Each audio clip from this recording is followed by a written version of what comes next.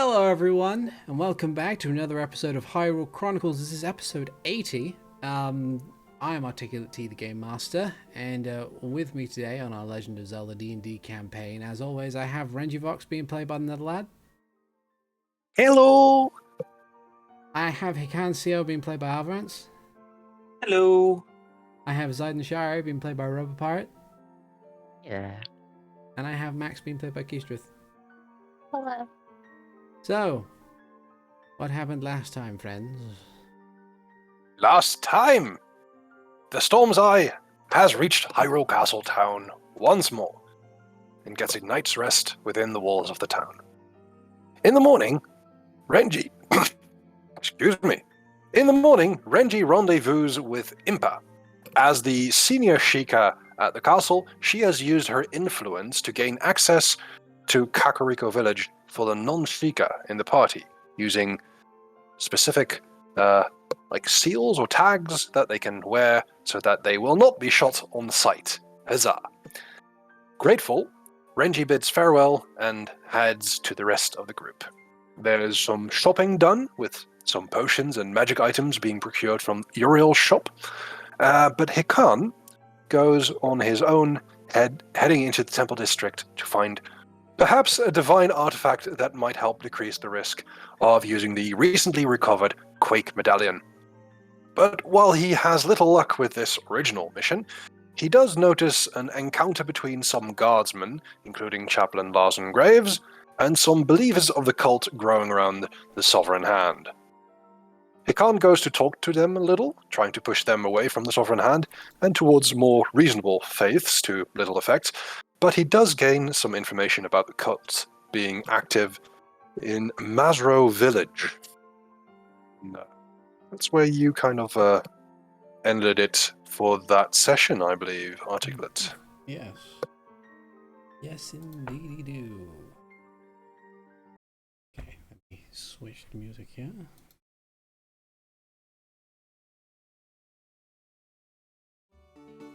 Okay, so you have thus far we rejoin our party after having regrouped somewhat after this excursion. Hikan, sadly, other than the Cane of Berna, as discussed last session, there isn't really any known locations of divine artifacts within town. And even though I asked nicely, the Temple of Nehru will not give it to me. Yeah, for temporary. They will not loan you an item of I can some imagine kind. why. Oh dear. Can I have your Pope stick? No. Okay. I believe it's a Pope Cane. Yeah. Pope Cane. But yeah, you make your way. You regroup with each other after such a time, and you. I'm gonna say you do. There's like a bit between two districts, or like between Uriel's shop and the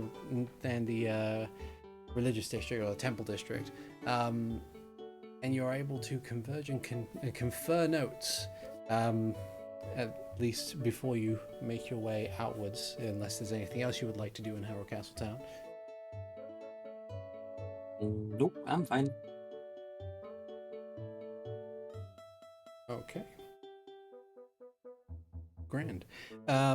So, meeting up, you make your way to the eastern gate of the town, having acquired your horses, and There will be some careful scritches of Pom to make sure that he's all doing all right.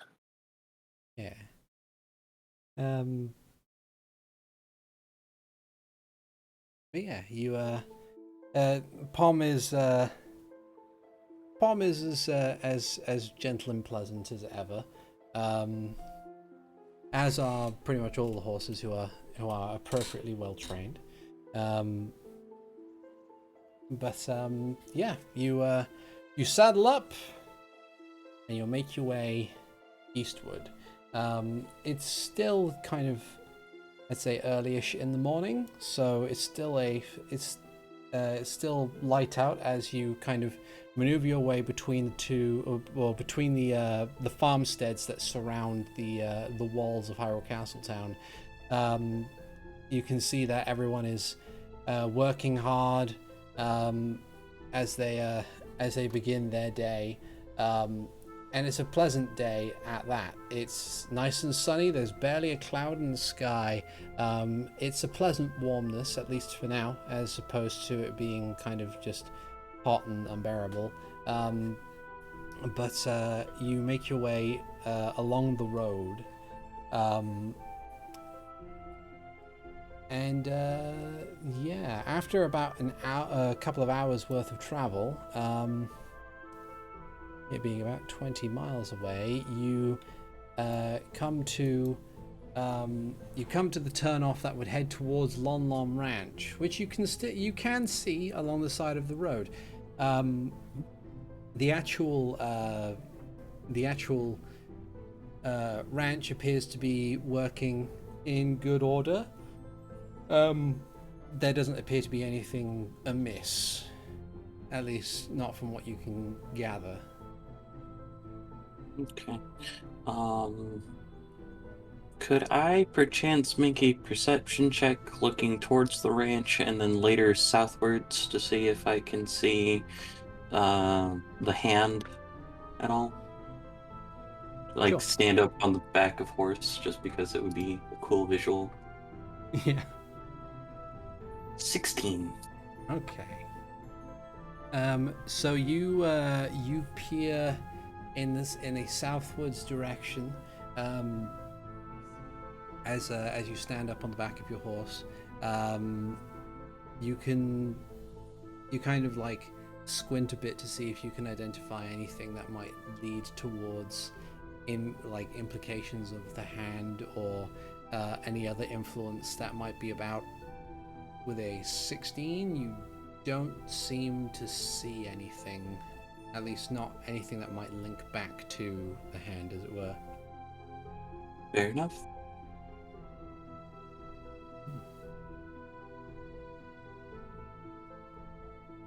Okay. But unless you guys wanted to do anything at Lon Lon Ranch specifically, you can continue on your journey down the road. Already have Only get a enough bottle of milk. potions. Max is pretty focused on making progress right now. Okay. So, it takes you another few hours as you continue along the road on horseback. The roads themselves seem fairly sparse, and honestly, the closer you get to Kakariko Village, the emptier it becomes, as fewer people seem to have any reason to come this way. But it's about early afternoon by the time you get to Kakariko, or at least the bridge that heads over the river to the entrance to Kakariko. Despite the good weather, a light breeze blows the tags that are tied to the archway over the stairs that lead into Kakariko, and it feels just as ominous as it ever did. Kind of hold up my hand as we approach, and I pass by each and every everyone of the group to hand out these tags, these brooches. You already gave Max's, I think. Okay. Then for the people that I haven't done that for, Just Mara, because the rest of us don't need it. I think Max was still wearing his because he didn't take it off when you showed him how to put it on. we received one for each of our party members, correct? Yeah, basically, normally the Sheikah of the party wouldn't need one.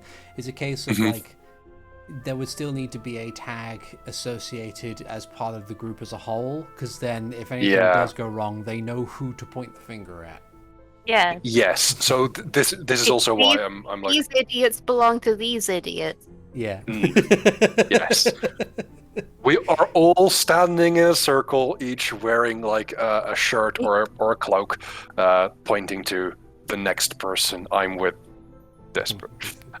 Yeah. And so I look over at Hikan and Zayden, and I say, "We gotta wear them too. We're in this as a group." I don't know where.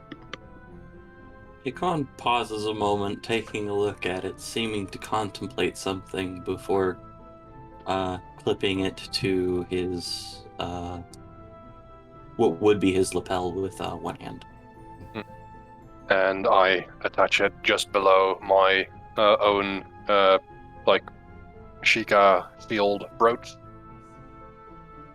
or like cloak pin before turning my horse and heading up into the pass. Okay. And so, with all of you having applied your pins, you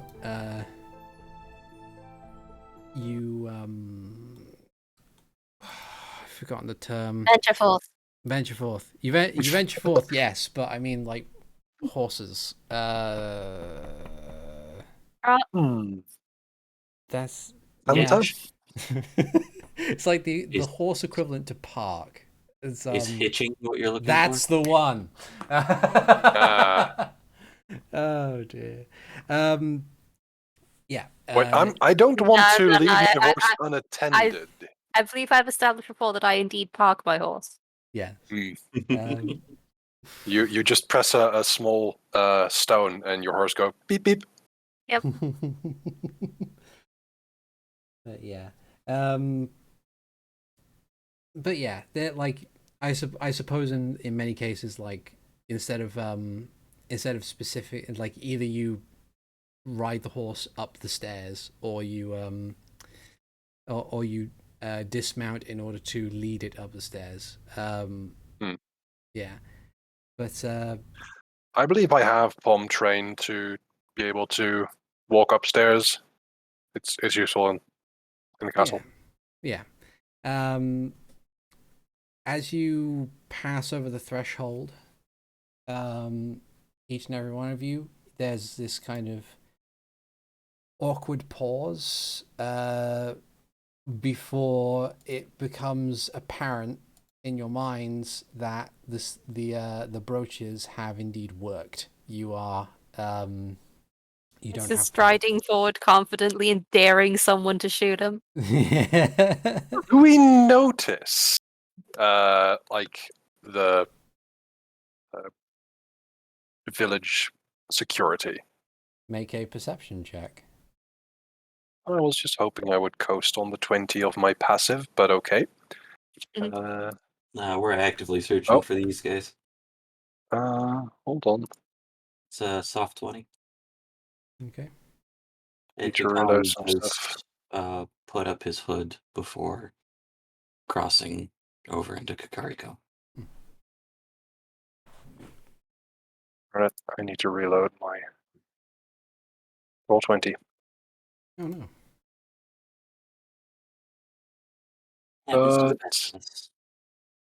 Splines have been recalculated. I don't know. Not my splines. Only a 17. Only a 17. Anyone else rolling perception or? Yeah, why not? 20, 25. Well, see the Also one a who soft dropped me. 20. Okay. 24. So you all do collectively roll fairly high. However, it's only Max who seems to be capable of catching a glimpse of something or someone hiding within the rocky the rocky outcroppings that kind of surround these stairs as it leads up into Kakariko village. Looks at them just long enough so that they know that they've been seen, Mm-hmm. and then carries on. Yeah. Okay. But yeah, you make your way into Kakariko, and for at least two of you, being Max and Mara, this may well be the first time that you've seen the general layout of Kakariko. The much like before, Kakariko is this kind of staggered village within this hidden crevasse, just with these like kind of built on this sort of hill with various different like farms and other smaller buildings within it. It's kind of cramped, but otherwise it's but it does look fairly peaceful, all things considered. There is one central windmill to the far east of the town, which you can see sits behind probably the largest building in town, and you also can see a small entryway that leads off to a different path. A smaller one that Zayden you would recognize as the entrance, or all of you would probably all the Sheikah would probably recognize as the entrance to the royal graveyard. And of course there is a independent path that leads out of Kakariko, is equally well guarded, and heads up Death Mountain from the looks of it, or at least towards Death Mountain. You might notice that Renji is looking a little uncomfortable. The youths of the party are looking a little uncomfortable. Specifically since he realizes that his companions might be meeting his mother. And also, he managed to tell his mother that his dad's missing. Also that.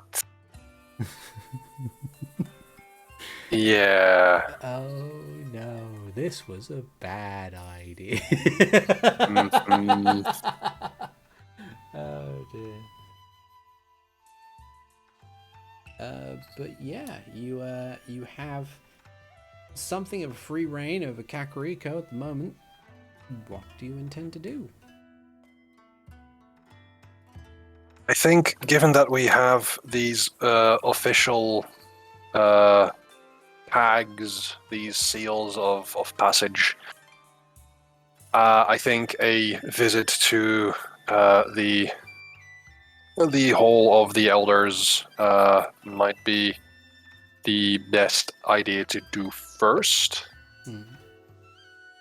and then see what they might say and what we might be able to do afterwards. And I say this to my companions to see if they have any suggestions to that.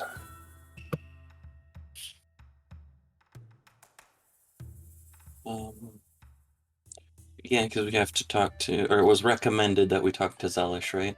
Yeah. Okay. Also not looking forward to that.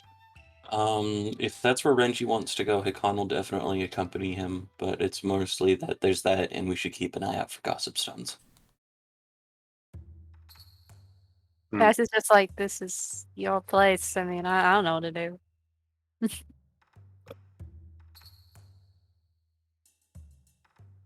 I glance over at Zayden to see if he has any additions. Not really. And onwards, I suppose, as I lead Tom into a slow canter towards the hall. Yeah. Hikan activates the Helm of Telepathy to see if anyone's thinking about his party. Okay. Oh, that's a good question. So you're just like psychically scanning. Just picking up stray thoughts to see if there's anything that's just like, oh, visitors, or That one It, looks familiar. this is. Mm-hmm. As you kind of like allow the headband to kind of activate and search through stray thoughts. It's not as contemptuous as you think it might be. Like, it's not like people are kind of stopping and glaring at you and then like wishing you leave sort of thing. You do get a couple of those, but they're very rare compared to like a mix of curiosity and like general concern that there are non-Sheikah within Kakariko. It's not the sense of like they think that these non-Sheikah will cause problems. It's just they suddenly realize if they're here, something big must be happening. With the more contemptuous ones, is it more of it's a general contempt because it's visitors and non-Chica in Kakariko? Or is it a specific contempt for a couple of people in the party? It's more of a general contempt. Okay. It is a general sort of somewhat conservative idea of like they very much kind of bought into the whole Kakariko for Sheikahs only, and there are two Hylians here now, so it's and it's not even like a case of because of the nature of like the Sheikah's perceived celestially appointed duty. It's generally a case of like a what the fuck are you doing sort of temperament to it. It's not so much a case of superiority, it's a case of why are you here? You're messing things up. But this ain't the way it works. Yeah. No one actively says anything or does anything. It's just, but no one's really hiding the fact that they're stopping whatever they're doing or in the middle of doing, just to kind of take in the appearance of you, and then after a couple of seconds, they will turn back to what they were doing. You could probably, with at least two, with you guys having friggin' amazing passive perceptions, it is quite obvious for the most part. As you go by, you can hear the topic of conversation changing to your presence in Kakariko.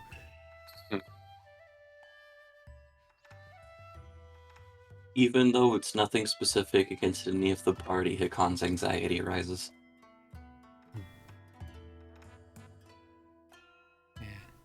It's kind of like a watered down sort of new person enters a saloon in an old western movie and everyone stops and just kind of takes it in before something happens to kind of like just kind of put themselves back on course or anything like that. But yeah, so you're heading to the Hall of the Grandmasters? Yes. Okay. So, oddly enough, despite the fact that it is more of a council building, it's still somewhat smaller and more humble compared to effectively Zelish's home, which in turn is the biggest house in the village. It's as you kind of put your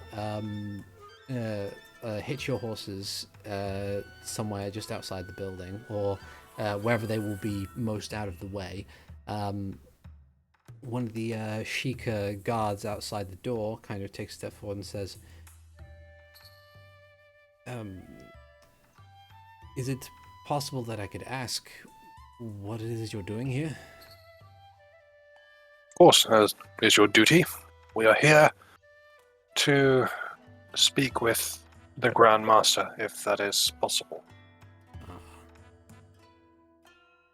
I was hoping to speak with the council, or you were hoping to speak with Grandmaster Meyer?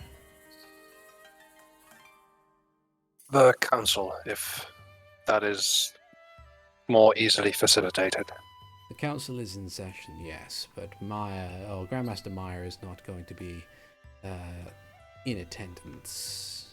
He has requested that no one disturb him while he works at his home. I see. There's a bit of relief for Renji hearing that.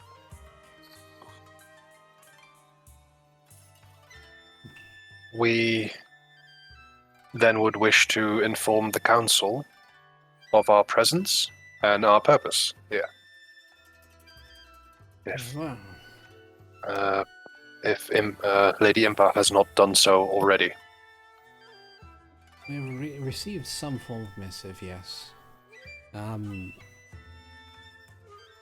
Stay here for a moment. I will come and get you if anything needs to be done.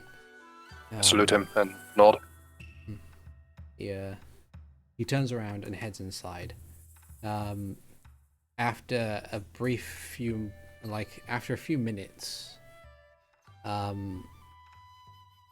the door slides open again, and the guard kind of steps out and says, "They will be able to speak to you now briefly. They will be, however, it will be brief. There are other matters that they need to attend to." I understand. Thank you. I glance over at Max and Mara and say in common, they are able to receive us and talk with us now. It won't be for very long. They seem to have other matters of importance as well. All right. Okay. Then we go in. Alright. You head inside, and it's this.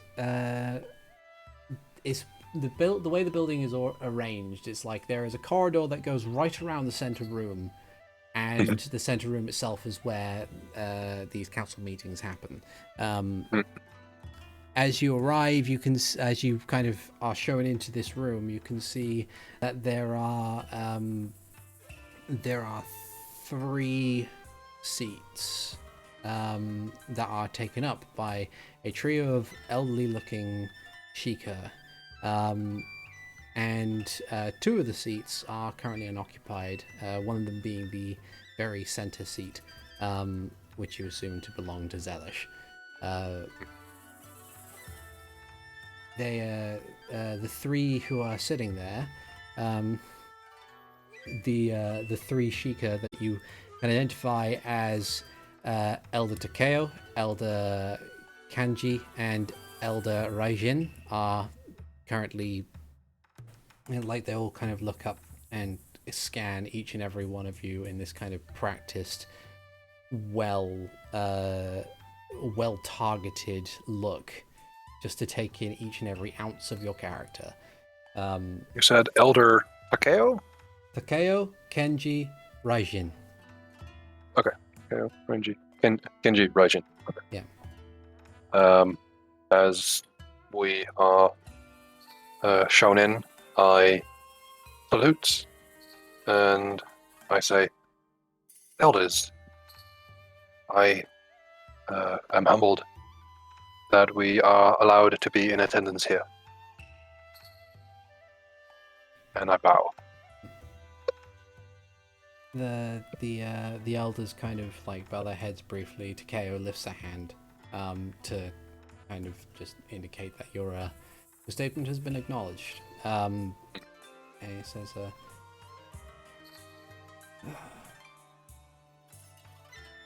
"Thank you for such a gracious introduction.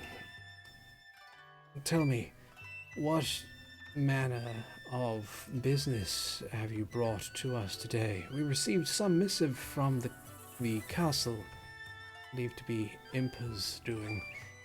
say that there was going to be some emissaries on the way, those who are not Sheikah. We'll nod to that. That is correct, Elder. We are here on passage through this this place, and then onto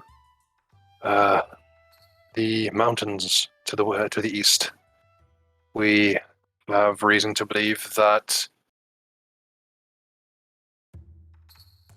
Master Nihilus Vox is there on duty to the crown, but we have lost contact with him. There is also. Oh, you go for it.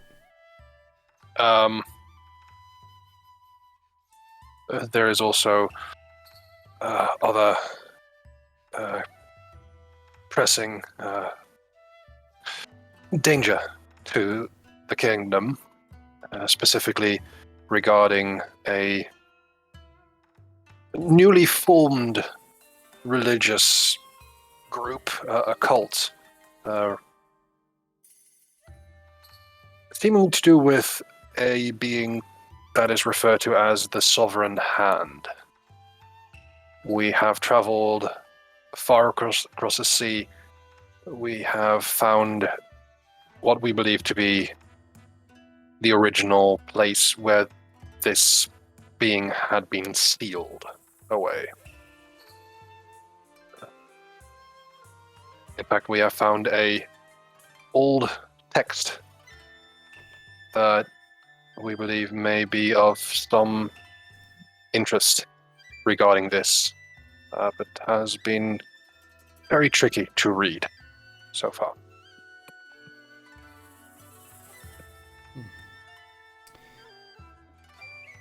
They kind of like are silent for a moment as they take all this information in. Raijin says, have you designated somebody to decipher this information? Or have you brought the book with you? I have the book with me, yes.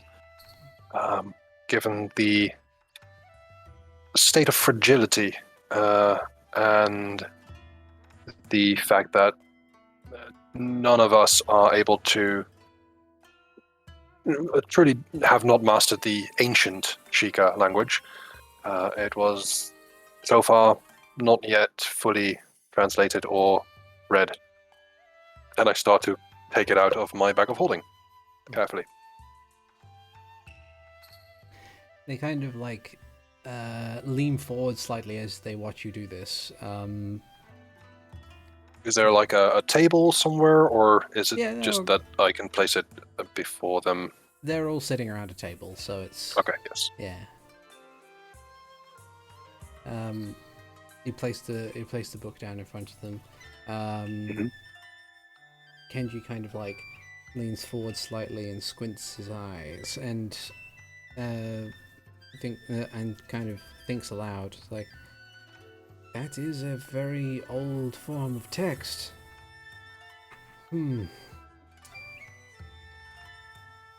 If you would like to leave it here in the village, we are more than welcome. We are more than willing to try and dedicate our resources to researching this.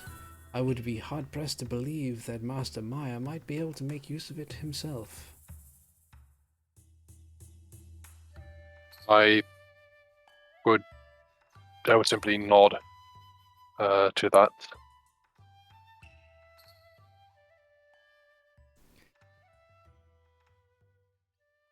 Takeo kind of like heaves a bit of a sigh and says, "So you say that Nihilus Vox has gone missing?" So far, he has not responded to numerous attempts at messaging him, nor has it been possible to spy on him.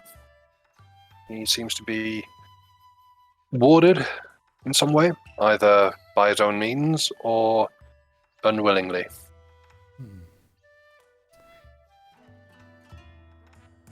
And this must have been when he was in search of his ward, Princess Sophitia, if she is to be believed to still be alive. That is correct. That was his mission starting out. And as I so far have no reason to believe otherwise.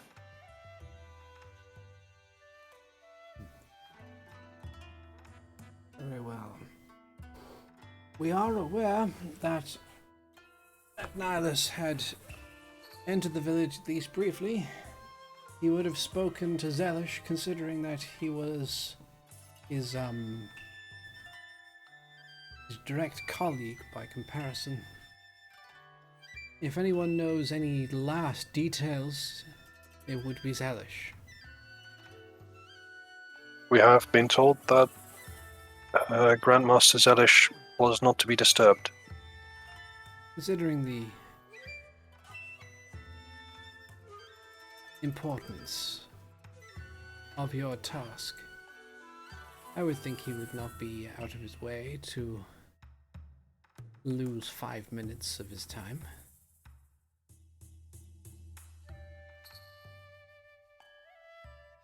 I nod, albeit a little hesitantly.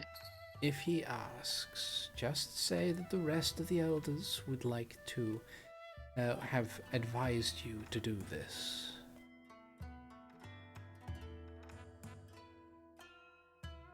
Can I make an insight check on how much they know about this?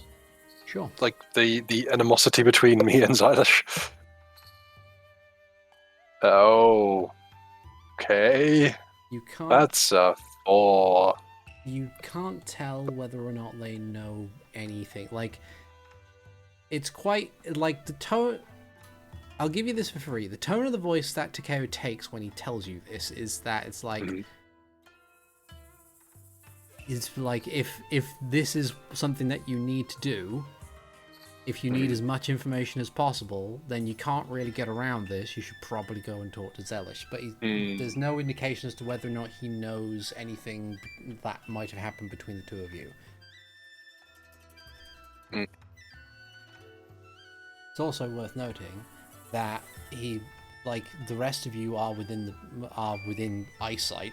Or there's more than one of you within eyesight. It doesn't necessarily need to be you specifically that asks Zelish this information.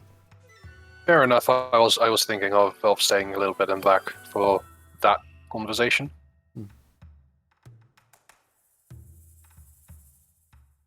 Oh boy. Yes, Max, you must lead. No, I'm kidding. I am the only other person here with charisma. That's Yes. true. That's not entirely true. I have a You- +1. Do you now? Yeah. But Good for nowhere you. near as much as a +5. I know, just intimidate him. I get a +13. There you go. Sounds good. Listen here, you little shit. Just give me a few more levels and I can have persuasion as expertise. I only have a +9 right now. I mean, I have a +5 if I do interpretive dance. Wow. I'll have a That's +9. yeah. Okay. We gotta use it that way.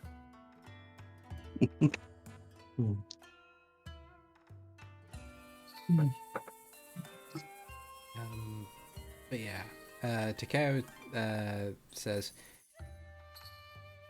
in many instances, I'm sure Master Sai would want to add other wisdom, but they are currently indisposed. They have sadly come down with a form of head cold, I believe is the term.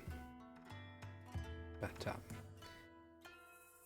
in Glance over at Zyd and then back to the elders and say, Zayden here is a accomplished healer. Perhaps we might be able to render some assistance. his eyes wander over to Zayden, and then he says, if you would like to have a shot at it, then of course, Master Sai is currently being tended to by your mother, interestingly enough. So you might be able to have a brief conversation with her when you go and tend to. Yes. Yes.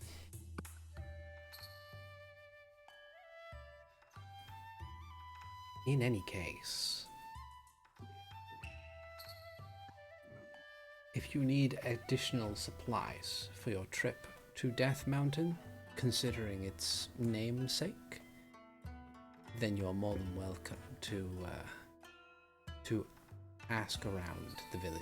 I'm sure some will be more than happy to provide you with some additional food or rope if needs be. And of course, there is a nearby shop that you'll be able to purchase supplies from as well.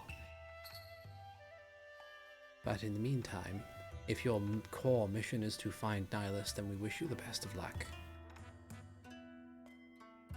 Thank you very much, Elders, for your gracious answers. And I bow again. They similarly bow in response. Then I think I'm just going to turn and make my way out.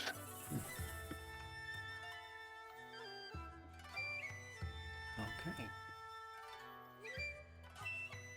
You turn and make your way out. No one stops you from leaving. You exit the building and head back outside into the warm afternoon day within Kakariko Village. So you've been given a couple of side objectives. Mostly, you can knock on Zelish's door and see if he's willing to have a chat, and you can also go and help Master Sai with their illness. Or if you want to avoid awkward confrontations with two separate people, you can always just make your way to Death Mountain. But it is entirely up to you as the group. What would you like to do? Do some healing. Hikan, either way, is going to see Zelish with or without the party. Hmm. Okay. So we have Zayden going to do some healing. Hikan going to speak to Zelish. What do the other two want to do? Yes, is going with Hikan. And I'm thinking I'm going to go with Zelish. Sorry, I'm going to go with Zayden to the Master Sai. Zayden turns from one old Sheikah to a very much grumpier older Sheikah. Oops. Oh dear. Is that a wild shape? I don't know. I don't think Zelish counts as a beast. You haven't seen the way he looked at me. I think he's much too high of a CR for Zayden to turn into. Might be able to do a polymorph then. There's that. You can turn into anything. Mm. You can turn into a shoe. Okay. Right now I could use polymorph to turn into a T-Rex. Yeah. Nice. So, you guys, Mara's gonna accompany Team Heelys on this one. So what we will do? Heelys, really? Yeah, it's the first word that came to mind. Leave me alone. I'm kind of tired. Oh. I mean, We are Team Heelys. Here we have Renji, Commander Healy. Can I have light up ones? Are you on Team Healy? Yes. I want the light up ones. Renji is trying to escape his feelies, so it makes sense. Shut up! I run into the house like, Mom,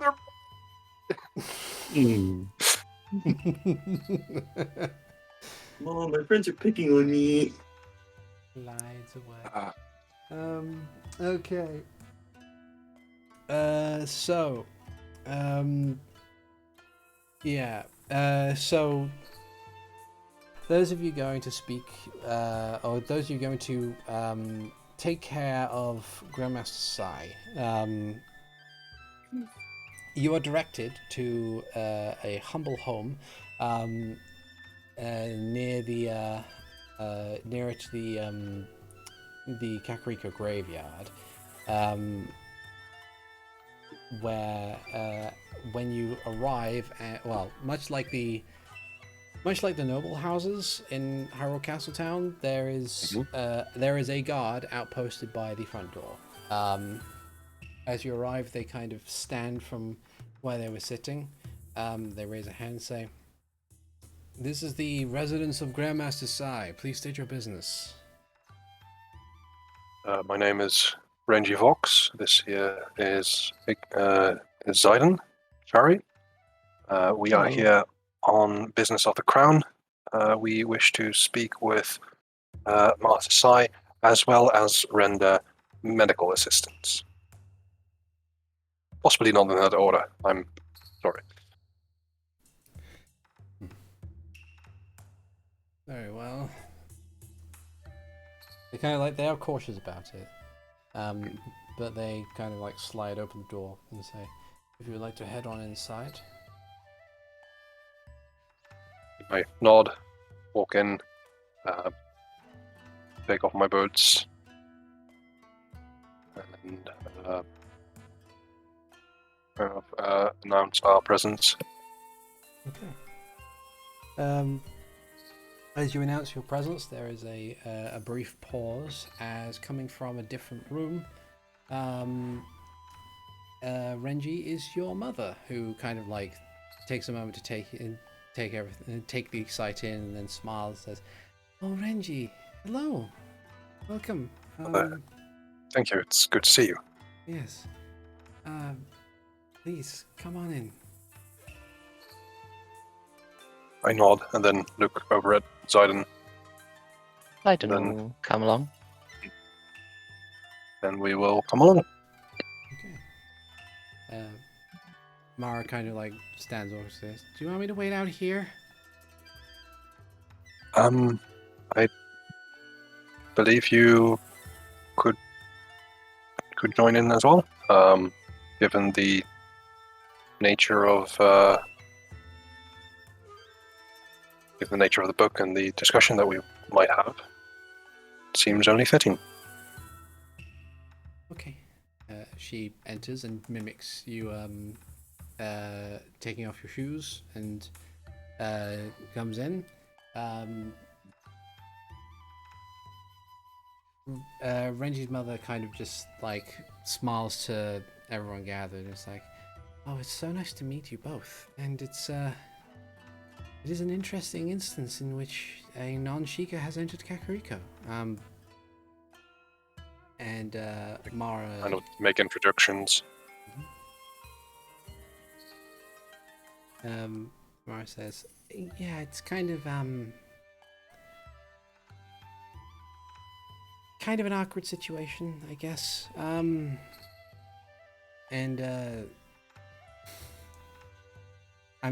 will admit I am totally blanking. What is your mother's name?" Because I can't just keep referring to them as Renji's mother. I have this somewhere. Pina. Pina, okay. Yep. So Pina just kind of smiles and says, "It's perfectly fine. Please come on in. Were you wanting to speak to Master Sai at all?" Yes. I think it would also be best if you were there as well. Given that some of the information that we have pertains to the father as well. Oh. Okay, sure. Please come with me. Pina leads you through to another room where, lying on a bed with like a cloth on their forehead, is the fourth elder, Master Sai, who's not looking so hot. It does look like he's basically just been afflicted by a fairly significant bout of flu. But he's kind of like half conscious for the most part. Like he kind of turns his head slightly to regard you as you enter. Pina comes in and bows briefly and says, Grandmaster Sai, these are acquaintances of, and these are members of a task force by the crown. You know my son Renji. This is Zayden, and this is Mara. And like Sai kind of looks to each of you and then just kind of nods slowly. And Pina says, "You'll have to forgive him. He's afflicted with a fairly significant illness. Nothing that would outwardly be fatal, but it has drained him of a lot of energy over the past couple of days." Sven, would you be able to help? Most likely, yes. Haydn will go over to him. How's he looking? Give me a medicine check. Oh. 22. Nice. Yeah. You have a look at him and you believe that he's been afflicted by some kind of virus. He's running a fever. He's lacking in energy. You glance over to one side and see half-finished bowls, so you can see that he's lacking in appetite, certainly. You believe that a lesser restoration should be enough if you were to cast a spell in order to take care of this, but in most cases, on a non-magical front, plenty of bed rest and liquids and stuff like that is usually the best way to go about it, and just let the virus kind of die out by itself. Right, I always have less restoration prepared. So Zidon will grab up his staff, channel the energies. Tiny leaves will just appear from nowhere, fluttering over the man. They cast lesser restoration. Yaha, you found me. Crap, it was a Korok this whole time. Darn. Poop everywhere. Oh no. But you cast your spell. You can see the magics kind of weave into this elderly man's body, and he after a moment, to allow the magic to really settle in, you watch as he kind of like opens his eyes a bit wider and takes in a deep breath and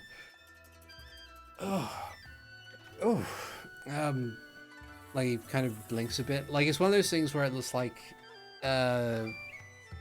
something's cut, like he's been doused with cold water and is just kind of like waking up a fair bit.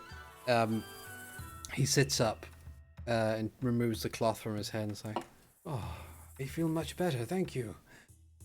Oh. Pina takes the cloth from his hands and says, oh, that's certainly helpful. Thank you very much. And kind of goes about tidying things up. Sai kind of like sits up a bit more properly and looks at you and says, "Yes, thank you. This is... It's not been a pleasant couple of days, admittedly. How might I be of assistance?" I sit down with him and say, our mission has brought us previously to an island far off in the west. We believe that an older Chica generation once sealed an evil entity there. This seal appears to have been broken, and with that temple and the sealed area, we also found a old Shika text. The other elders mentioned that you might be able to render some assistance in deciphering, or at least translating it. And I pull out the flint book carefully, placing it in front of him. Kind of like very gently kind of moves between the pages and runs a finger over the engraved words and says, "This is indeed a very old text. It's been a while since I have read something of this nature. Not when it was written, of course. No one is that old. But, I have studied it, at least briefly. I recognize some of the symbols here and there. I can certainly try my best to make a thorough translation. You say you found this on an island somewhere?" Yes, indeed.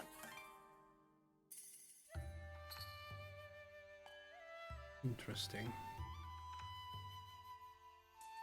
He genuinely tries to think about it, like trying to think of any kind of instance in which there was any mention of an island in previous histories. He says, what? Appears to have been older than even the schism. See, that is then very old. I'm curious. You're saying a thing had been sealed there previously? Yes. A being that we now have come to call the Sovereign Hand, See. which seems to also have had influence in the killing of Minister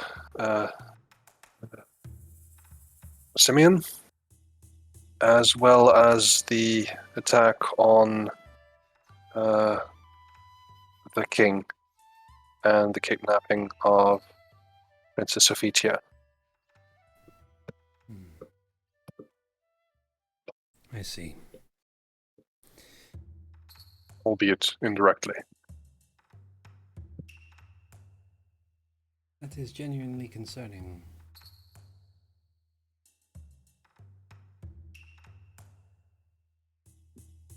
Very well. I will do my best and make haste to translate this document. If this provides us with any more details that might help us quash this evil, then so be it. I will make sure that the Chica within the castle are informed in case I cannot inform you directly. That is much appreciated.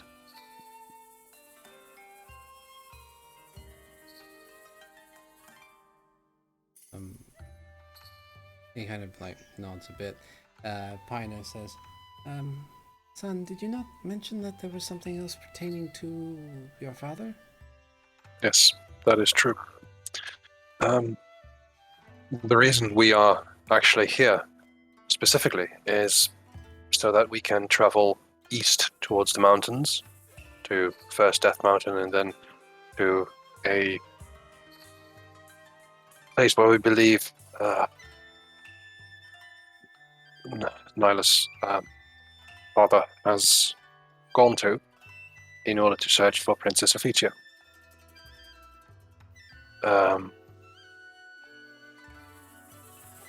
We have not. We have tried to stay in contact, but we have lost any contact with Nihilus at the moment. We have attempted multiple messages. We've attempted to scry with no result. I glance over at my mother as I say that. Like Dad. Feeling guilty, partly.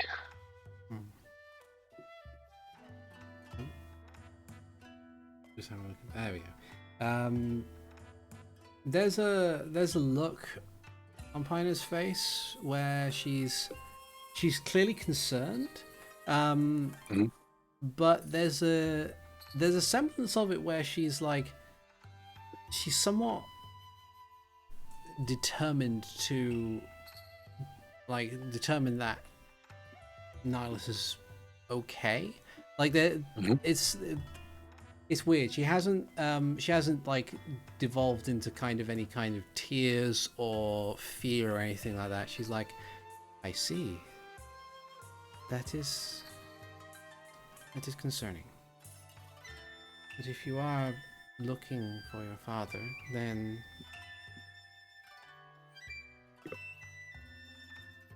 I wish you luck. Of course, I cannot be too much of an assistance myself, but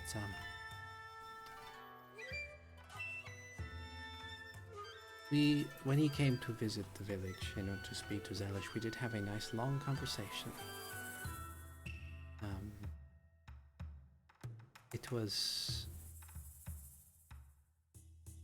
The situation has been incredibly rough on him. He wants to do his best to try and find and make sure that Sophitia is safe again, if there is a chance that she is alive.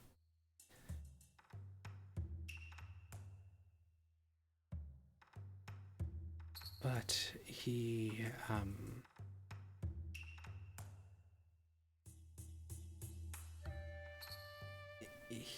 was glad, at the very least, to have been back in the village to spend time. And truthfully, son, I know your father more than anyone on this world. I do not have any doubt that the man is perfectly okay. He might have displaced his whatever means of communication that you had with him. He might have had a reason, if he needed one, to cover his tracks, or maybe he has been captured in some way. But I know that you will find a way to get him, to find him, and if not, then I know that he'll have the capability to free himself.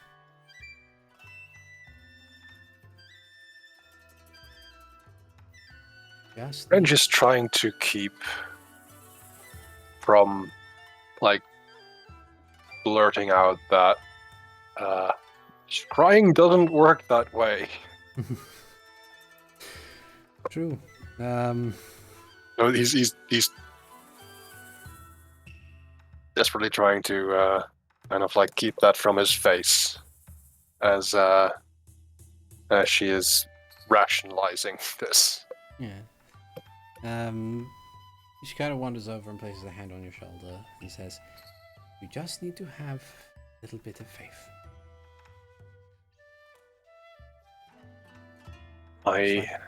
Much like I have faith in you to be able to find him and do the right thing.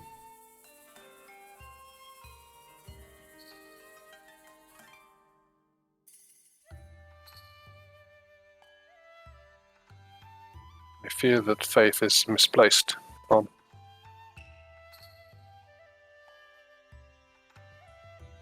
I fear we're going to have to disagree. She kind of smiles a bit wider.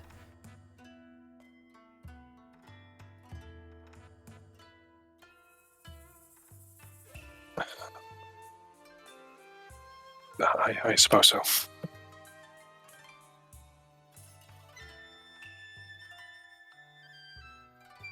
We will do our best. We will do everything in our power to find him, and if he needs assistance with it, then of course with finding Princess Sophitia as well.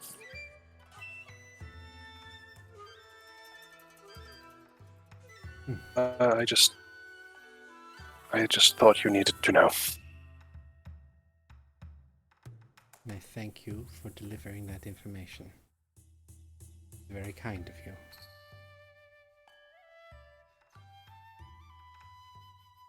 Perhaps it would be a good idea to have a conversation briefly to catch up. She turns to Sai and says, "If you will forgive me, Master, I have a lot of catching up to do in certain circumstances." And Sai kind of just nods and says, "Of course, I have material to read. Thank you again for taking care of me these days, and thank you for taking care of my ailment," he says to Zayden.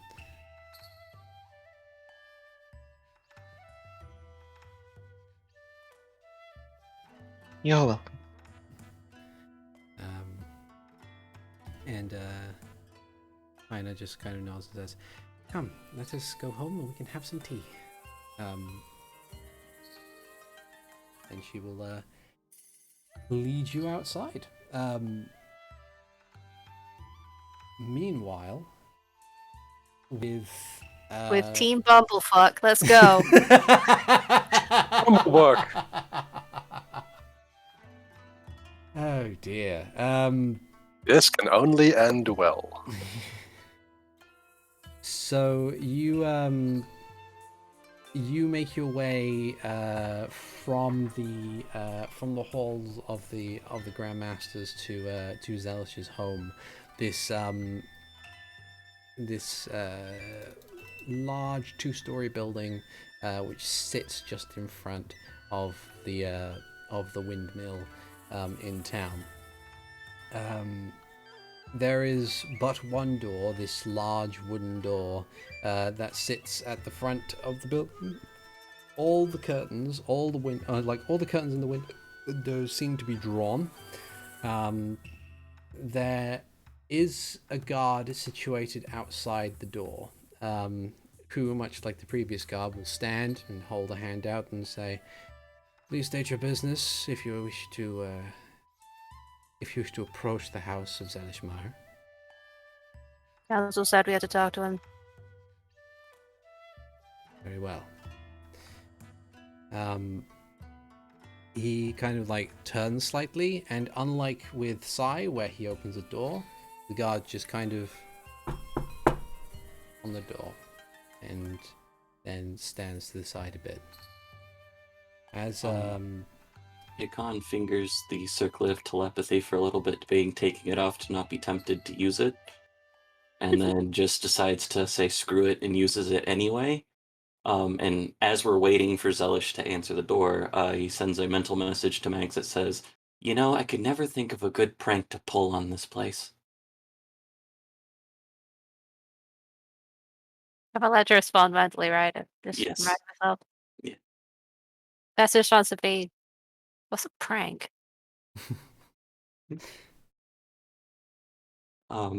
I don't know exactly how long that Zelish has, but Hikan goes through some of the things that he did, which is let the chickens out. Generally harmless, mischievous fun. It's just, I don't know. Sounds kind of mean. It is a little bit. If I did any of that, I'd probably be kicked out. Yeah. As you, after a tense few moments, the door slides open ajar, and peering out, you see the form of Zelish Maya. Behind him, there is just naught but darkness, and he himself is looking tired. There's bags under his eyes. He just, his hair's all kind of messed up and everything. Eyes are a little red. He kind of just doesn't have, he looks like he has missed several days worth of sleep. And he kind of peers out and looks, squints a bit as his eyes are greeted with the natural light, and he looks down at the two of you and says, "Yes."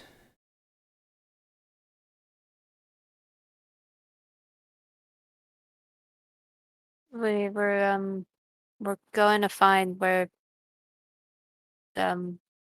takes Max a moment to remember Reggie's dad's name because he's officially called him Reggie's dad as well. Um, Nihilus, where he went because we've lost contact with him. Did he speak to you about where he's going? Kind of like looks between the two of you. Says, I am focused on him for his surface thoughts. "Okay."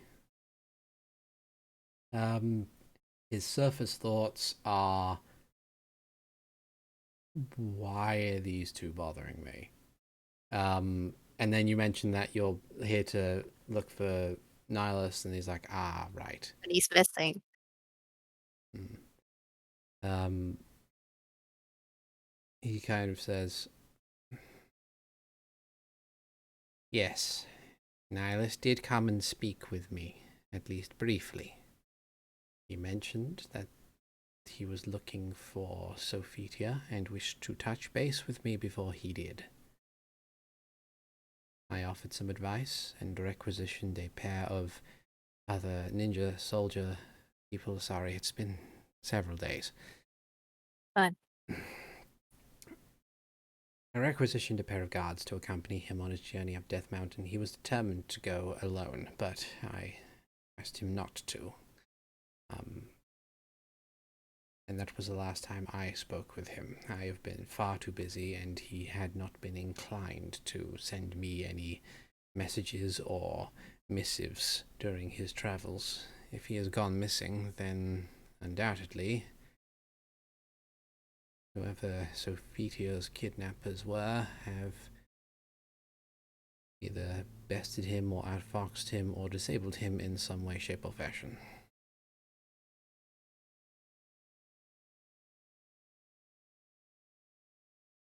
Max takes a brief moment to stop himself from going, "God fucking damn it." Because probably shouldn't swear in front of this guy. And then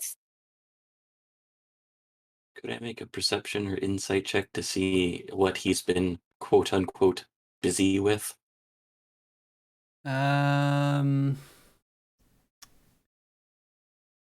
You can try an insight check, but I'm not sure what information would be like. Give an insight check a go. We'll see what we can gather. 23. Judging by his current demeanor, you can tell that he clearly doesn't want to be having this conversation, but that might just be the fact that he's tired and he sees himself as busy and would rather get back to his work than talk to. I would say at this point you're probably just like you've barely just hit acquaintance level because he's spoken to both of you once before. But then again, that was when the king was alive. yeah, The this is the first time I have spoken to him. yeah. The It's hard to tell whether or not the dark room behind him has anything to do with it because, of course, like all Sheikah, he has dark vision. But it might be a case of like the king died. He died about a couple months ago now. So one would have to wonder exactly what it is that he's hard at work doing, that he's now also missing. He's missing council meetings. He's still barely left his house. He might just be grieving. It's just one of those specific things. But if he's been asked not to be disturbed so he can work on something else, it's just difficult to discern exactly what that might be. He could be, you know, that he is a magic user of some description. Specifically, you believe he's a wizard, so he might be doing academic spell developing things. But in that same swing, like yeah, even with the 23, it's really difficult to discern what it is that you might be working on.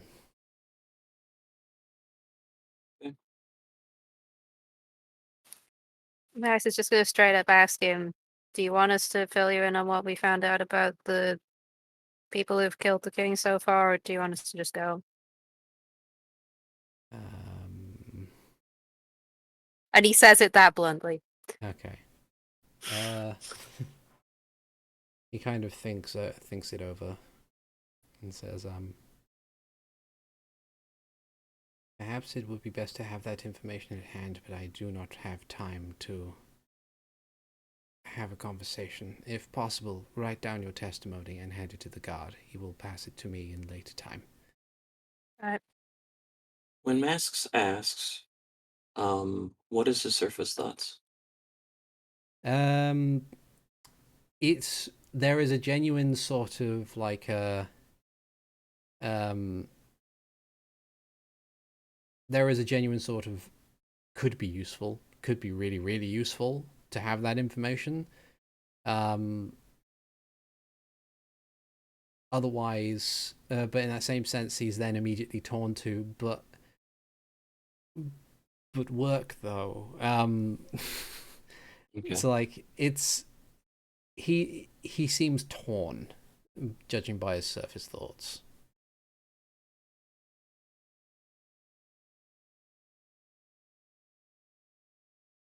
I'm gonna look to Hikan then.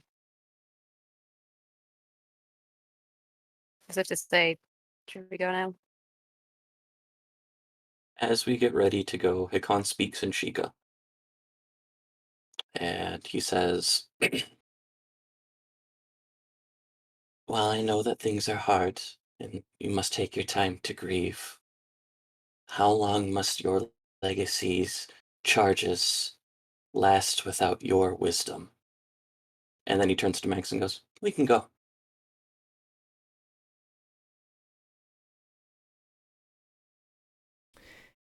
His response in Sheikah is, what value does my wisdom have if it cannot save a single life? And he closes the door. He's still behind the door? Hard to tell. He moves rather quietly. Oh, well, you can surface thoughts it. Yep. he seems to be moving away pretty much the moment the door is closed. I would like to reach out and in his head, which is a very big no-no, and Hikan's going to start power walking away right afterwards. Hikan goes,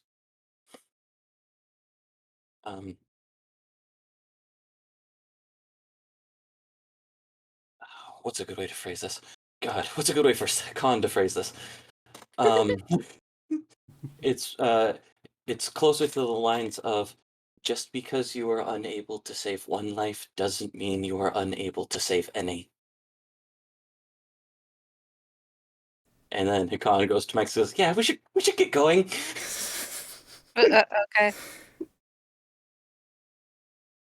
And I cut off the helm of telepathy right then. It's like, nope, we're done. I am winning this conversation, damn it, click. Hikan gets mute on the Twitter thread and continues going.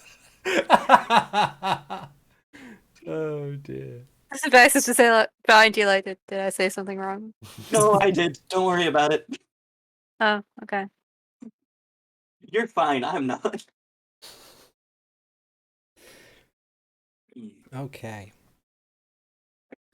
But yeah. So after having that brief conversation, you return to the village in earnest. Judging by the size of the village and everything, I'm going to assume that you're probably pointed in the right direction to meet up with the rest of the gang. Pino is more than happy to welcome you and pour you some tea.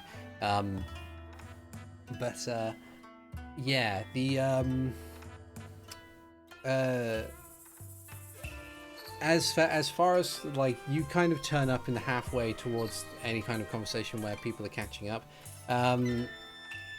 Renji, what did anybody have any specific topics of conversation that they wanted to address with Pina, or is it just kind of general chit chat, sort of catching up on recent events, sort of thing? I did want to like have a general like this is what we've been doing. Oh, and we've employed some people in our pet shop. General catching up chit chat. Hikan would like to specifically ask if she knows any cartographers that might have gone to the south, to the mountain range to the south of Death Mountain.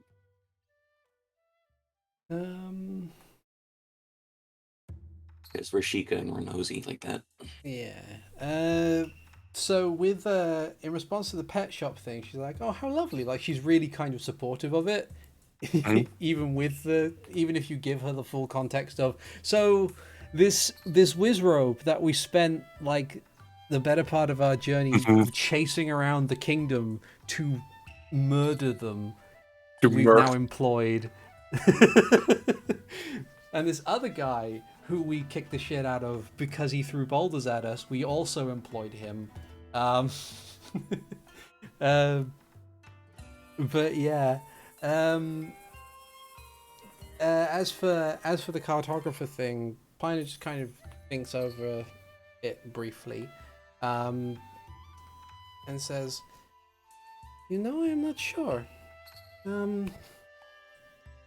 It is possible that we have had some cartographers in that direction, though I'm not,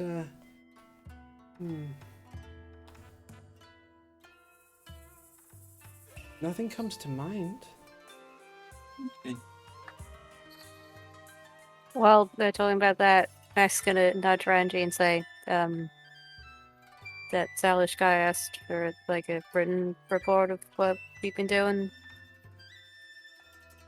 Like a And full report? just like some notes and stuff. Neither of us could really do it. Oh yeah, that's wait, does he want it now or like when we return or He didn't say. I think Okay. possible for what we were talking about at the time. I'm going to pull out like my own logbook and start copying the main main points of what we've been doing. And I know this will take a while. In the meantime, I'll be listening in on conversation that my mom would be having with Sidon and Mara, and now Hikan and Max. Realized as soon as he said that he wanted a written thing, it's like, oh yeah, Max can only write in Draconic, and Hikan is bad at writing. This is bad. My handwriting is fine. messed up in very, very bad shape. Yeah. Like with how much things Renji is writing, like he could very well take up a course in notarizing stuff. Become like the eminent jurist. Max doesn't know if he can read Draconic and doesn't want him to know if that Max writes Draconic. Okay.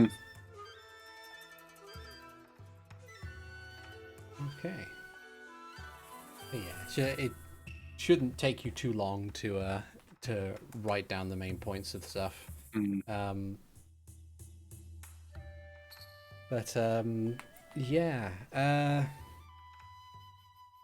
That you've done that. Is there anything else you would need from Kakariko? Rations, any other things maybe? We don't need no stinking rations. I can cook for you. No, we need the food That's equivalent thereof, but yes. You need Yeah. ingredients to cook.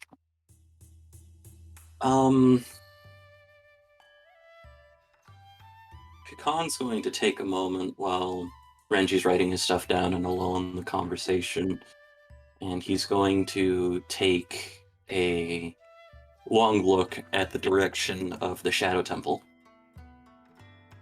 Okay. He's going to take a deep breath. I'll be right back, and excuse himself from it and head over to the Shadow Temple. where are you going? Take care of something real quick. Need a hand? Nah, you finish that up. I'll be right back. Fine, but it's boring. It'll just take longer if you come with me. You're right. Nice. It's just sitting next to you, not apologizing.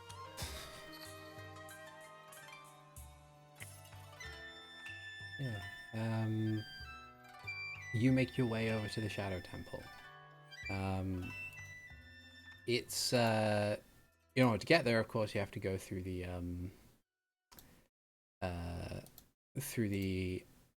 graveyard of the Sheikah and the royal family.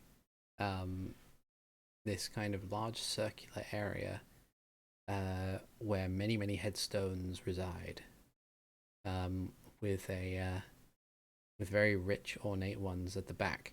Near the entrance to the graveyard is a small wooden hut, where a small light is on in the window, despite the fact that it is about mid-afternoon by this point. Is Stampe awake? He may well be. No, it's just like if I look in the window, is he awake type of thing. Oh, yeah. I wave to Dampe. Kind of like looks out and then kind of waves back. I keep going. Okay. Is Dampe Chica? Maybe? Huh. Never put much thought in it before. Now I am.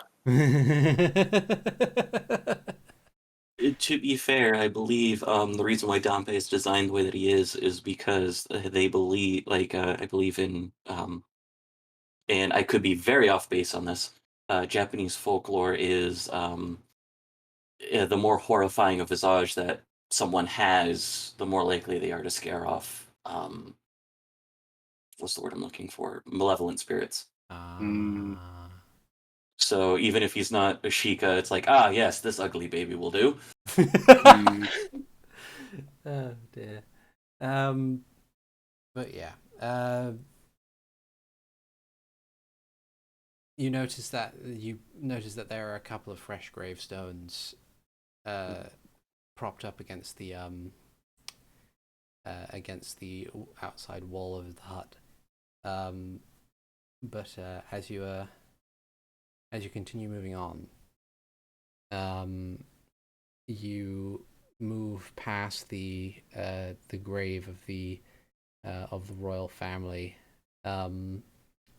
a freshly dug, or a more recent by comparison grave compared to the others is there.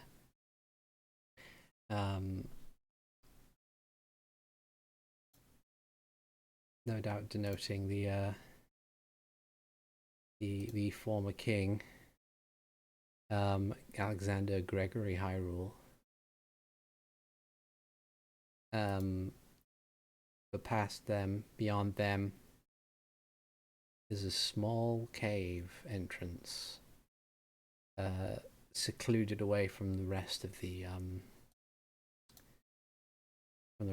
area. And you can already feel this kind of dread energy that sort of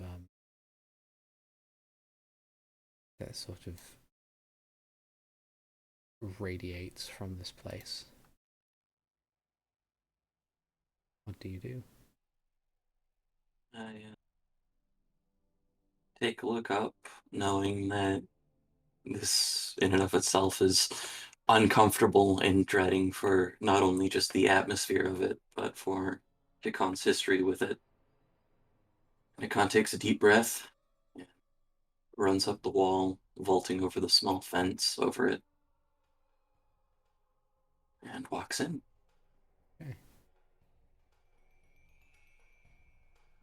Inside, you find what appears to be a heavy stone door on the opposite wall.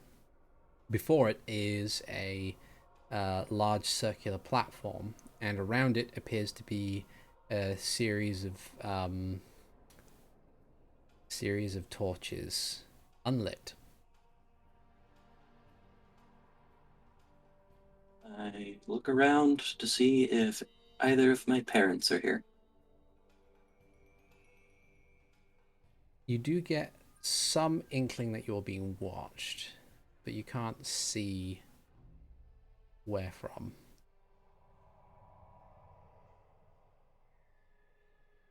I go deep into the cave. I don't get on the circular platform, and I don't have any fire sources that I could use to light it up. Mm-hmm. And I turn towards the entrance, the cave, and Khan takes quite a few deep breaths and tries to stifle any anxiety that he has. Speaks loudly, if shakily, in Sheikah.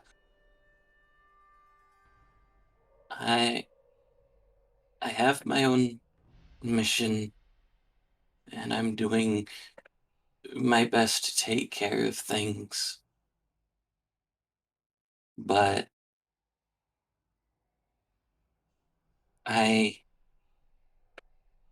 I have something that can really hurt if not used correctly. And I promised a friend I wouldn't use it unless necessary. So I was wondering, since I've tried a lot of other places, if there was something that we had here that I could borrow to help me with this until my mission is done. And then he waits. There is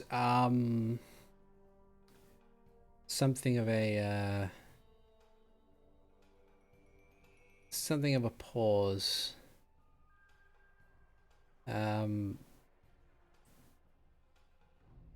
before a voice kind of resonates from the darkness and says, "What mission requires you to wield such power?"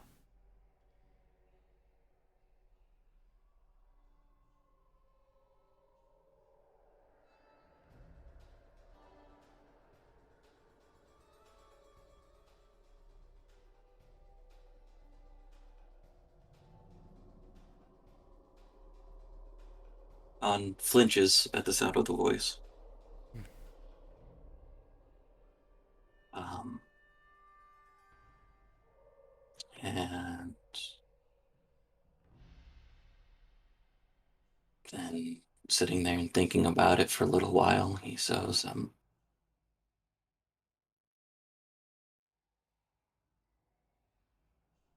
probably takes him a little bit, but he does his best to explain specific in this particular case about the sovereign hand and the arbiter. Um, it's, these people have hurt a lot of people, and there's many of them, and they summon much undeath. And we have reason to believe they won't stop.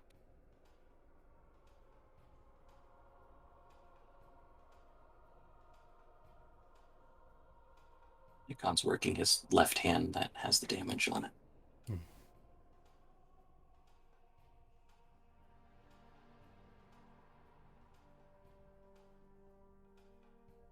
And you believe that something held within these walls would hold the secret to utilize this newfound and dangerous power you now possess to stop this evil. Is that correct? I don't know, but I didn't think it hurt to ask.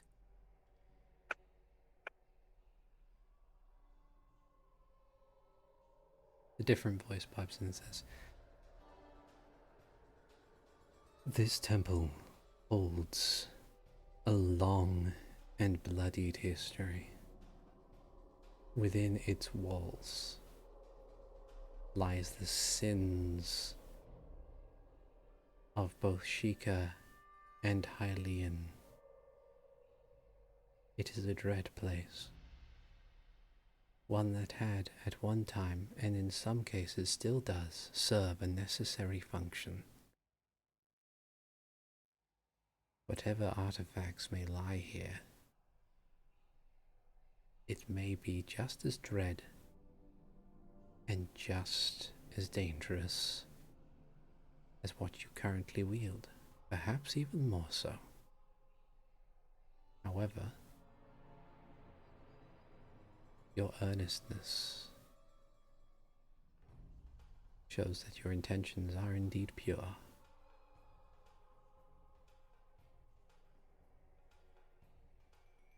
This is not a decision to be making lightly, and it is doubtful, even with your clearly prodigious skill, that venturing within this dark maze, as it were, would be as simple or as safe as you would like it to be. Dwell upon that, and then one day, my son, perhaps you may find something that lies within that will help you."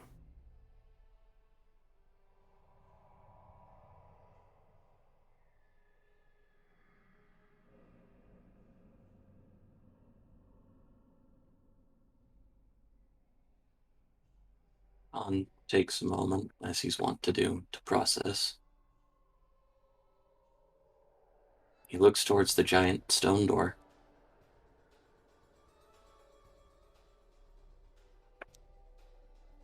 And the feeling of dread. And I'm gonna guess with an 18 passive insight, I don't Hikan does not think that he can handle what's in there right now. Not, yeah, like it would be tough with all of you. So especially by yourself right now, it's not looking good. And he nods. I'll think on this. Thank you. And he begins to walk out of the cave. You aren't stopped. Though, again, with your passive insight, it's uncanny, but it feels like you may well have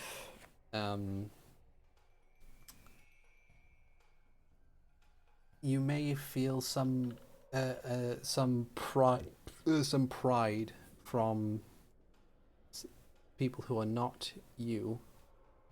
Just a little bit, just in the amidst the miasma of dread that radiates from the Shadow Temple in its own way. But it's yeah.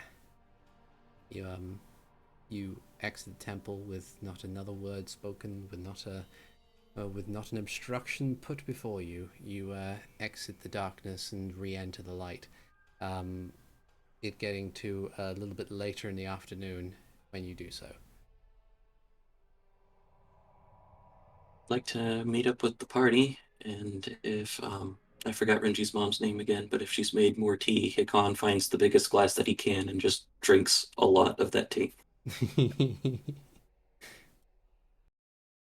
Yeah. Renji's mom is called Paina because she's Sheikah and she's named after a fruit like Renji, Yeah. respectively pineapple and orange.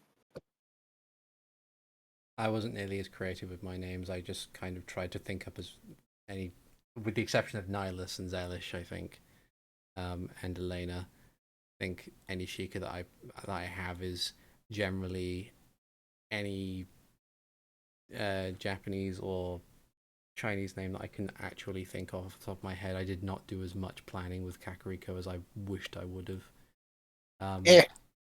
No worries. Now you know for next time. Yeah. I like that in Breath of the Wild, the naming conventions are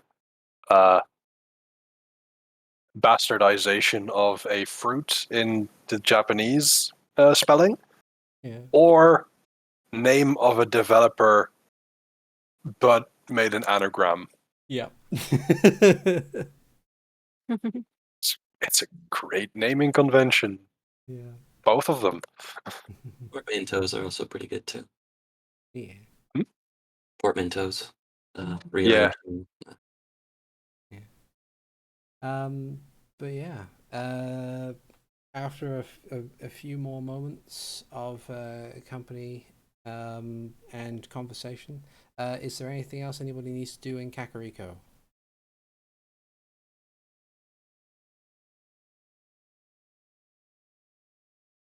Hikan doesn't have anything else. Okay. Renji does If at any not point- either. If at any point Max sees the eyes that were staring at him on the way up, he'll just squint at them. Okay. If he sees them in town. Yeah. It's like, I know it was you. Okay. So you now have a couple options. If you were to leave now, you'd probably get to like within the span of conversation. If you were to leave Kakariko now and head straight to the Goron settlement within Death Mountain, you would get there about just after nightfall. So you can either leave at this point and make your journey up, or you can rest in Kakariko and continue your journey the following day. A couple of things to keep in mind with this as we think about it. Roto and Darunia made it to Death Mountain, would be now a day before us, and if they have a little bit more time, maybe they could get more information from their cartographers.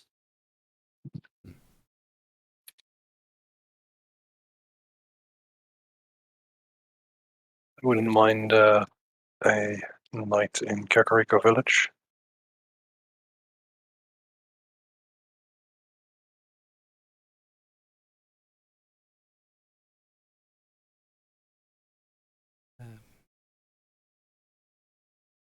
With considering our destination, does Max want to stay in Kakariko for a night, or does he want to get there as soon as possible?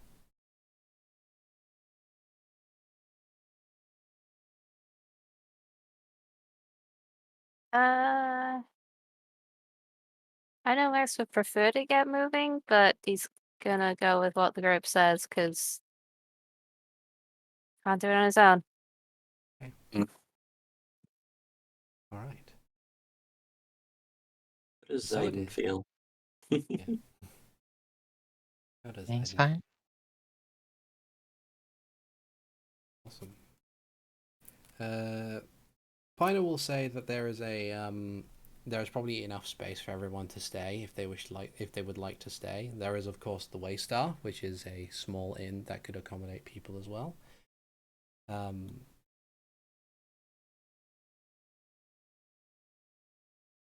Is Pina's Is the Vox house closer to Zelish or the graveyard, or is the Waystar closer to Zelish or the graveyard? The Waystar's probably a little bit closer. Okay, yeah, I'll stay here. um. Okay. So, considering the location that you are in, you probably don't need to take up watches. But you kind of get shown to various different rooms in the house that could accommodate people. Max, when you probably express your preference for the floor or Outside. or outside, Pioneer is more than happy to accommodate. Yeah,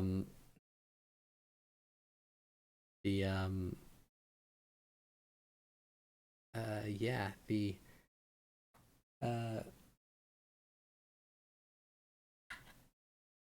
and the rest of you are kind of like there is enough cushions and blankets and stuff to go around to accommodate comfortable sleeping. And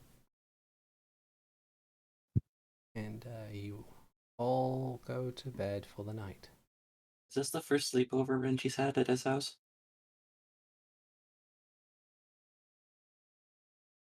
Think so. I don't really know how popular Renji was.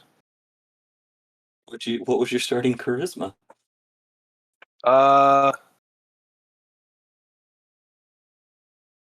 High enough. I think it was 16. But my reasoning is more that Renji got it, got his eloquence more in Hyrule Castle town than before. That's fair.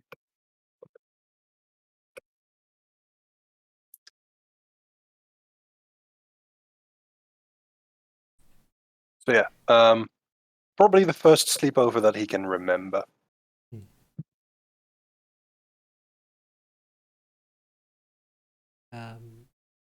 Well, yeah, as you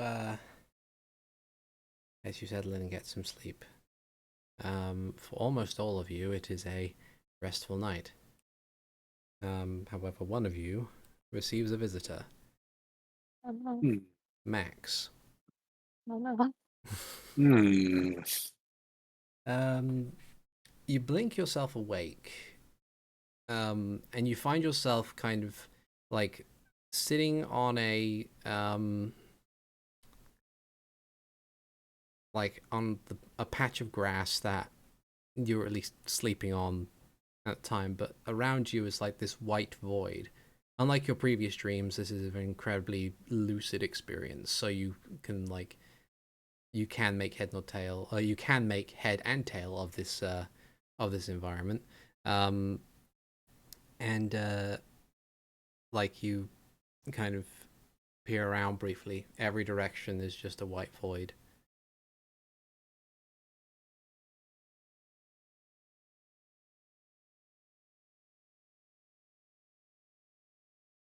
Do. Max takes a moment before realizing, okay, this isn't utterly terrifying. So Yeah. I guess that'll be later. And he's gonna stand up. Okay. You stand up. Nothing restrains you. As far as like the general atmosphere is concerned, you aren't like, it's not cold, it's not warm, it just kind of is. The sound is like incredibly muted a bit, like it's like you're standing in an isolation room.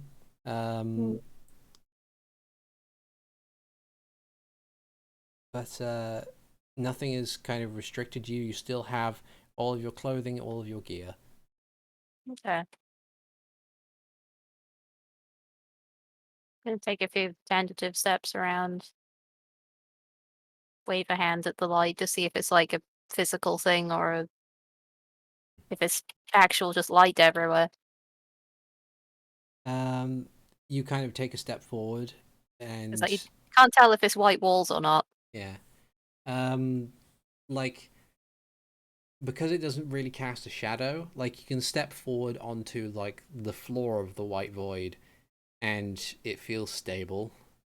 It kind of makes a sound as if it's like a solid surface, like stone.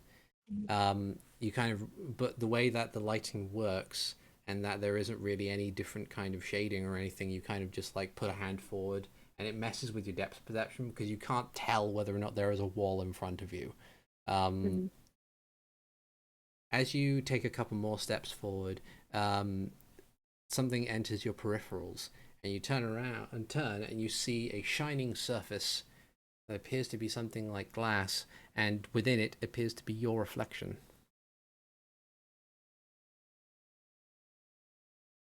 Kind of a like, oh, here we go again, sigh. Now it's time for this to get weird. Yeah. I'm gonna approach it. Okay. It responds to you much in the same way that a mirror would, and as you get closer, uh make out the distance between you and it. It does like there's nothing off about it. It is quite literally just a reflection of yours. He's kind of frowning at it because he doesn't like looking at himself. Mm. Especially now he can see if his scales, no matter how much he pulls his hood down. Yeah.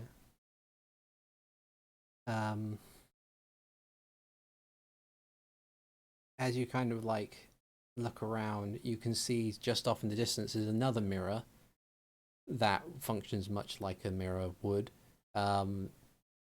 just a fair distance away. And as you kind of peer at that, a voice kind of enters your, you hear as if it's someone that you would normally hear. It's not in your head. It is a sound that you can perceive, but it doesn't seem to have a general direction. So you just hear this voice saying, "Can I ask a question?" You again.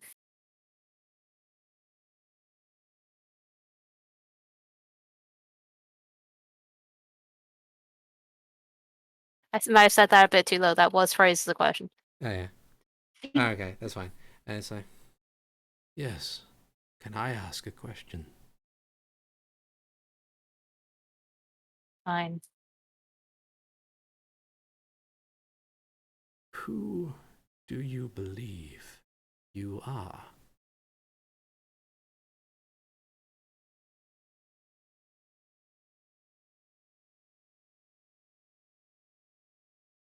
I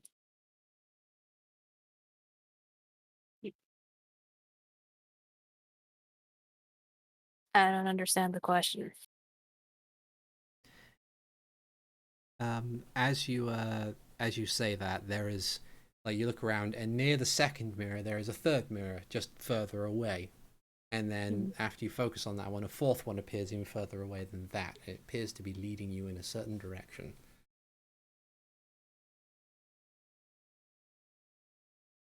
This time, Max will play along. Instead of just getting real mad at the guy. Yeah. As you follow the direction, the voice of the mysterious old man continues on and says, "In my time, there's been much debate about the quality of that question when it comes to anybody. I ask in a way, in that fashion, because asking who you are might yield a different response. Do you remember the question that I asked you before?" Why am I doing this?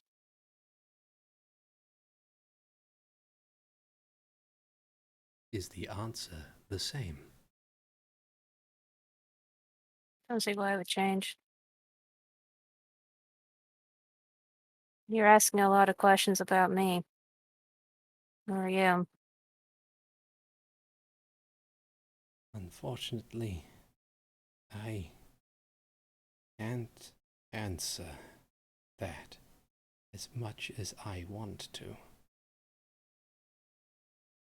And I'm feeling a little reluctant to tell you more. Understandable.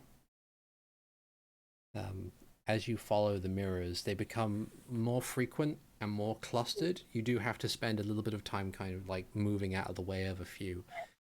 But eventually the void Max breaks. is, Max is, as he's going past them, trying his best not to look into them. Okay. Because he don't like what he sees. Yeah. Eventually, the mirrors, which take up a lot of your kind of immediate vision instead of the white void, begin to spread apart, and much like exiting the forest clearing, you find yourself a fair distance away from what appears to be a cliff edge, looking with a sparkling night sky, absolutely beautiful. And standing right next to this cliff edge appears to be the silhouette of this aged man in these tattered brown robes, gnarled staff, unkempt hair, as he looks out over the horizon. And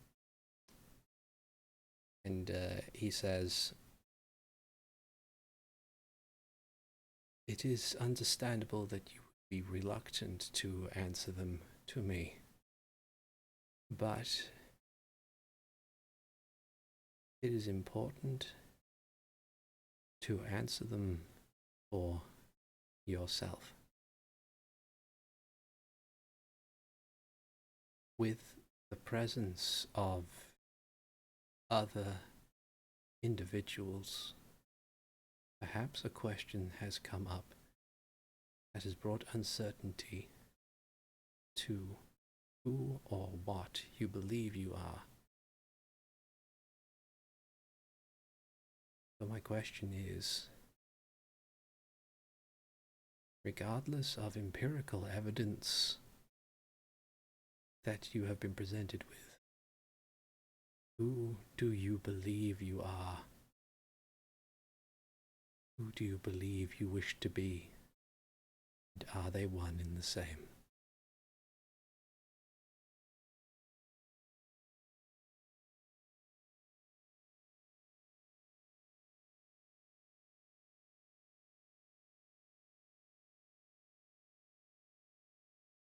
I don't know.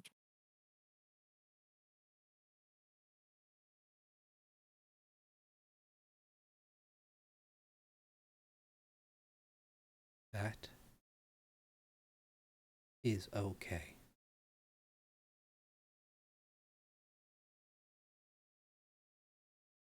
So long. There's a bit of a shake to him now.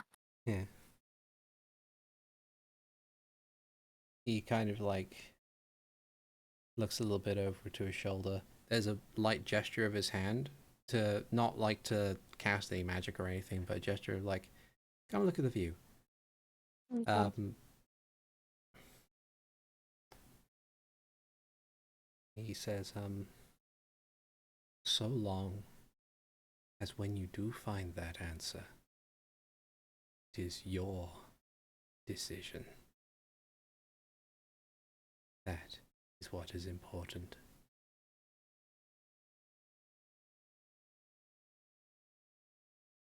It is Are you the only person who can do this? I don't know.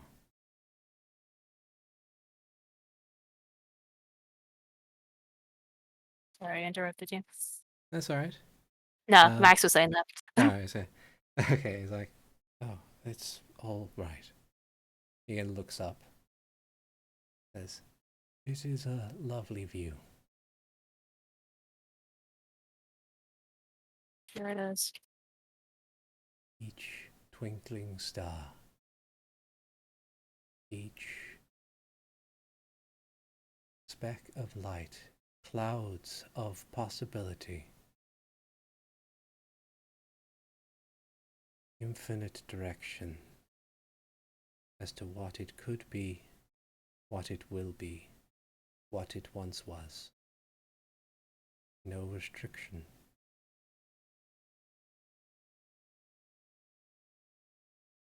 Some people have more restrictions than others.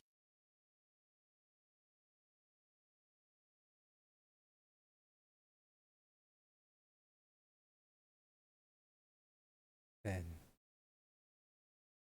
what must be done to break those restrictions?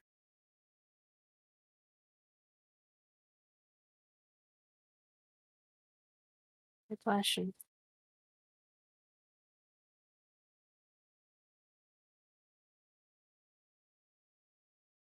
Remember, as these messages of mine become harder to convey, your choice is the one that matters for you. There will be those that can help, those that will try to hinder, but ultimately it is your choice on who or what you become.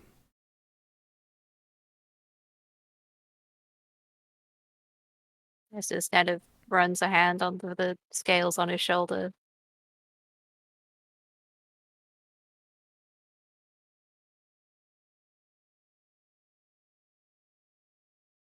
I am sorry that I cannot be clear on why or what I do.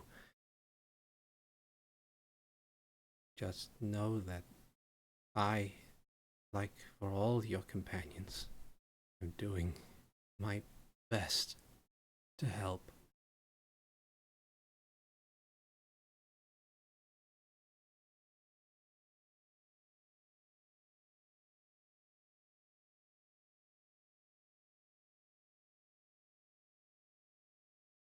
Are you okay? I am tired. I am scared for this kingdom.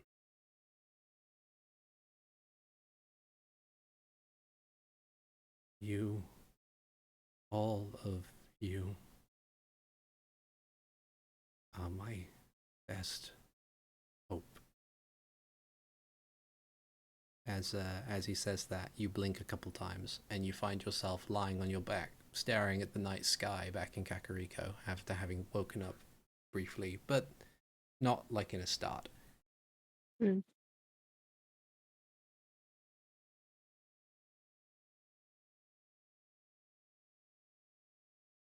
Do I feel like I've slept my 4 hours? You don't feel groggy or horrible. You do feel like you've properly rested. It's just that 'Cause it's I still know I tell him nighttime. time. Yeah.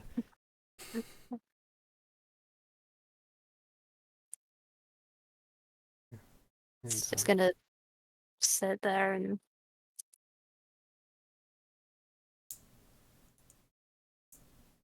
consider, well, try to consider it a bit, but like, he's clearly missing a lot of context. yeah. Um, yeah. And with that, as you lay pondering, we'll call it for the evening.